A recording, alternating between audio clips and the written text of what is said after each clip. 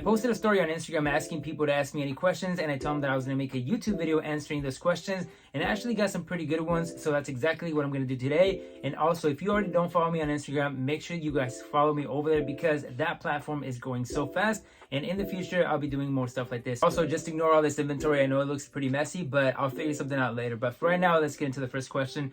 First question was asked by John15 Anderson, and he said, how well do clothes do on eBay? And I don't really sell clothes on eBay, but I can give you guys my take on it. I know a couple resellers that sell clothes and they do really well. But the one thing that I've noticed, and I could be wrong, maybe you guys can let me know in the comments if I'm wrong, but I've noticed that the people that do really well on clothing, that they sell, 10, 20 pieces a day, they have like over 1,000 items listed on the eBay store. So one of the ways that I see having success with clothing on eBay is by having quantity. So having over 1,000 items listed on your eBay store, then obviously that's going to increase the chances of you selling clothes. But like I said, that's just my take because I don't really sell clothing unless it's like vintage jackets or t-shirts or maybe like some vintage jeans.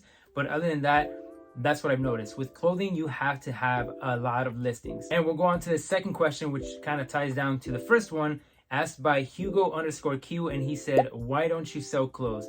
And I actually have tried selling clothes in the past, about 2 years ago, and I was trying to get into like the vintage clothing or the vintage t-shirts and like graphic t-shirts, just because I was watching a lot of YouTube videos at the time and I was seeing that people were having really good success with it. And I thought, they can do it, then I can do it too. It doesn't seem that hard.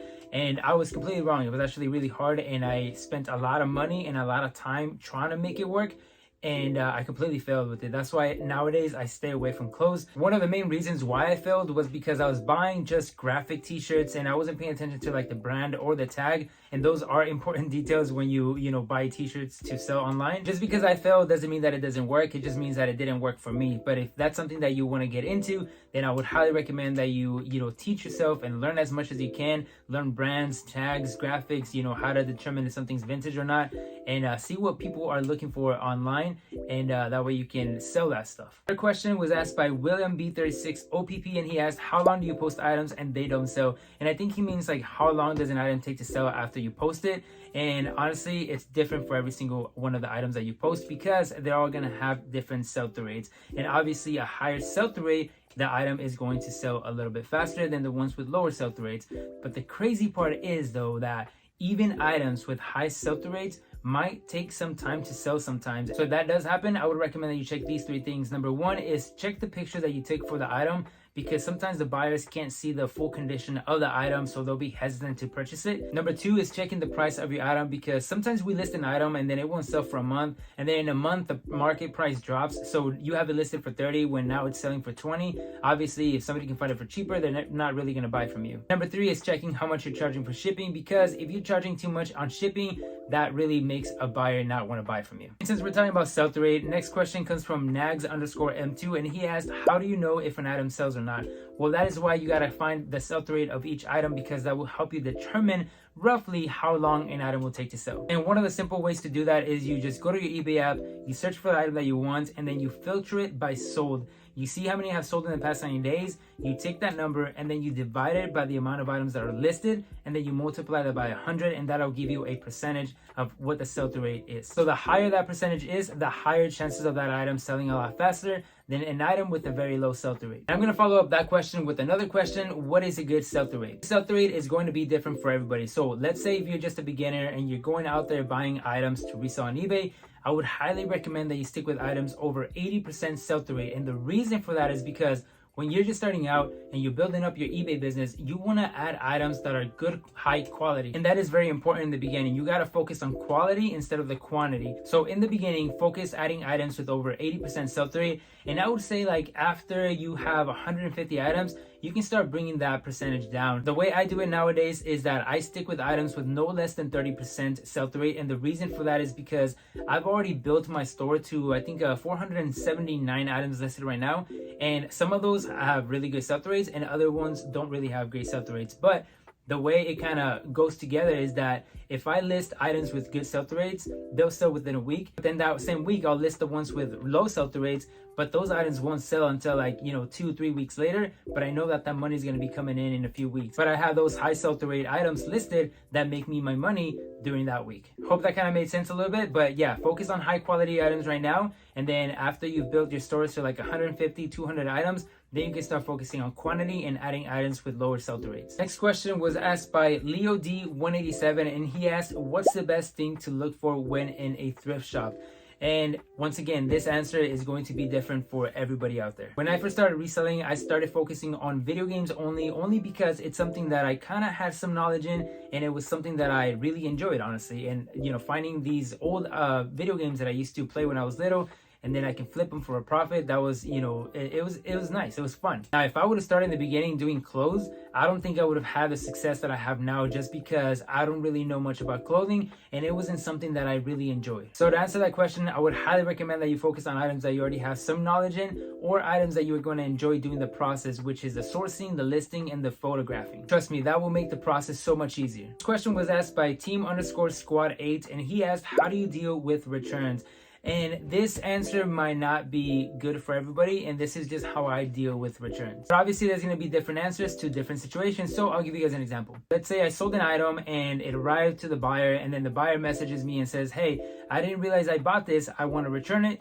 And I just accept the return just because they've already made up their mind that they don't want it, and I can't really force them to keep the item. So I will accept that return. Once they ship that item back and I get it, I will check the item, make sure that everything's good, and then that's when I issue the full refund. I just don't like to put too much energy on things that I just can't control, so I just move on. In other words, I separate my emotions with business, because if you put those together, it's always going to be a mess. Another example, let's say I sold a big heavy item and it costed me like $40 to ship.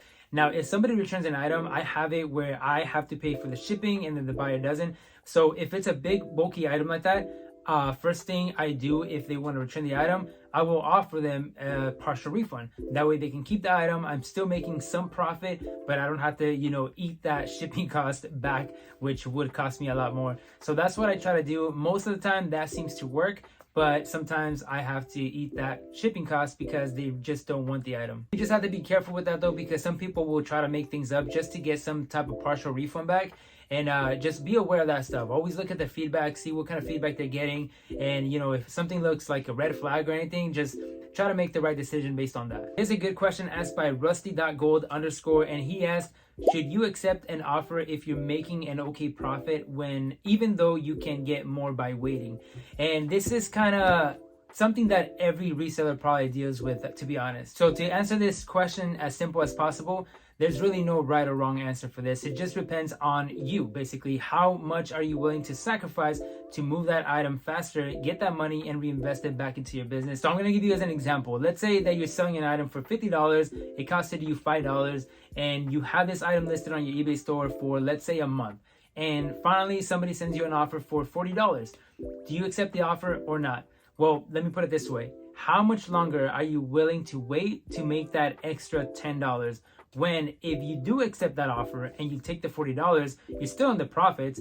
Now you can take those $40, reinvest it back into your business, and I can guarantee you that you will make a lot more than $10 instead of you waiting for the right buyer to come to give you those extra $10. It really just depends on you. That's normally what I do. If somebody sends me an offer for like, $10, $15 off, I really think about it. I'm like, okay, well, it's only been listed for, 3 weeks. Yeah, I can probably accept it. But if an item has only been listed for like a week or a couple days, then I probably just let it ride a week or two more. But it also just depends on how much profit I'm in. If I'm doing, pretty well on the profit already within the 3 days and somebody sends me an offer, I'll probably just accept the offer because, like I said, I can take that money, reinvest it back into the business, and I can probably make a lot more than that. Another question asked by Jake Bobman, and he asked, does listing during certain days of the week matter? To answer the question and keep it super short, no, it doesn't. But what does matter is listing items consistently every single day. Doesn't matter if you're only listing one a day, but you have to do have to list items every single day, because that does make a big difference in the eBay algorithm. And obviously nobody really knows how the eBay algorithm works, but I've noticed, and many other people have noticed that, comment on my TikTok videos, they say that once they stop listing items on a daily basis, their sales just drop. And that has happened to me multiple times. So the day or the time that you list items does not really matter. What matters is listing items daily. B.Bao06.V2 asked, what shipping rate do you mainly use for regular cardboard boxes? This one is, again, it's kind of hard to give you one right answer because there really isn't.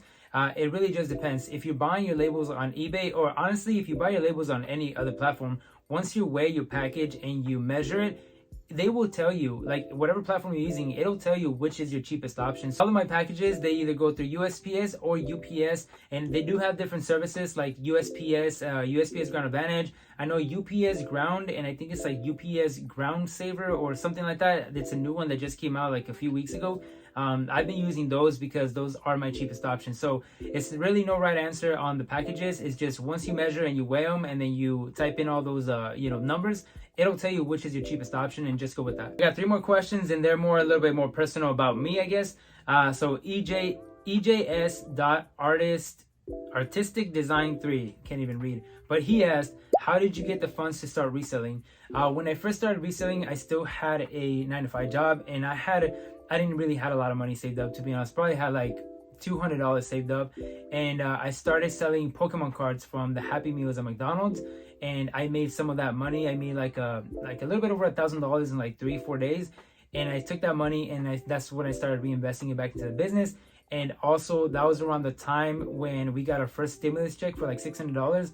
I used that money to buy inventory to start reselling on eBay, and that's just how I started. That's why I always tell everybody, like, when you get started and you start making money, don't see it as profit yet until like 3-4 months later, because the faster that you can reinvest that business back into your business, the faster it's gonna grow. So highly recommend that the profit that you make in the beginning, the first 2-3 months, take all that money and reinvest it back into your business, buying inventory, high quality inventory, so that you can start actually growing your business and actually start getting that profit. Lorenz Legging, he asked, what was your first sale? My first sale was actually an original Nintendo. I think I was on a walk here in my neighborhood, and I came across one of my neighbor's yard sales, and they had one in there for like, I think I paid like $15 for it. I can't really remember.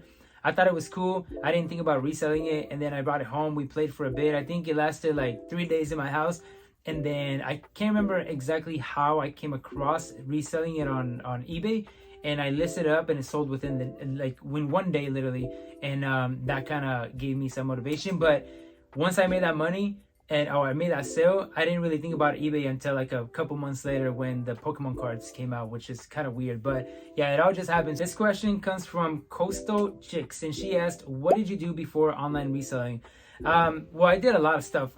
Before online reselling, I guess like the long-term job that I had was I was working at a car dealership, and I was washing the cars for I was doing it for 5.5 years. And then I moved to a different position, which was photographing the cars and then listing them up on the website. And I did that for like 1.5 years, maybe 2 years. And I was doing that, but through that whole journey, through that whole like job that I had, I was on a journey of being an entrepreneur, and I was like getting onto the online stuff, like trying Amazon, trying Shopify, Etsy, print on demand. I was doing a lot of stuff. So I kind of, marketing as well. I tried to get into marketing. And that's all I was doing, really. Nothing related to really reselling. But the one thing that I do know is that I've always liked sales. I've always liked making money. I've always liked selling things. But now that I think about it, though, I was also like doing a lot of reselling, but not like buying things like I do nowadays and resell them online. More like I used to be like into cosplay a lot, and I would make like full-on Iron Man suits, and it would take me like a month to make them, and then I would sell them locally for about like $600, between like $500 to $600 each. I think I made like 3 or 4 at the time. I would also, I remember, like, I would do any type of hustle that would make me some money, to be honest. And I think that's where the drive comes of, reselling online and just doing my own thing, I guess. Those were some really good questions. And like I said earlier, if you haven't already followed me on Instagram, highly recommend you go follow me over there, because Instagram is growing so fast. And in the future, I'll be doing more stuff like this. If you guys want me to, you guys can ask me a question over there, and then I'll bring it over here to YouTube. And I guess kind of give you guys a shout out as well when I mention your guys' account. That'd be kind of cool if that's something that you guys want, but you know, who knows. But yeah, thank you guys for watching. Hope I was able to help you guys and provide some type of value for you guys answering those questions. And if you guys have any questions of anything else, make sure that you drop a comment. And if you haven't already, hit the like button and subscribe. And I'll see you guys on the next one.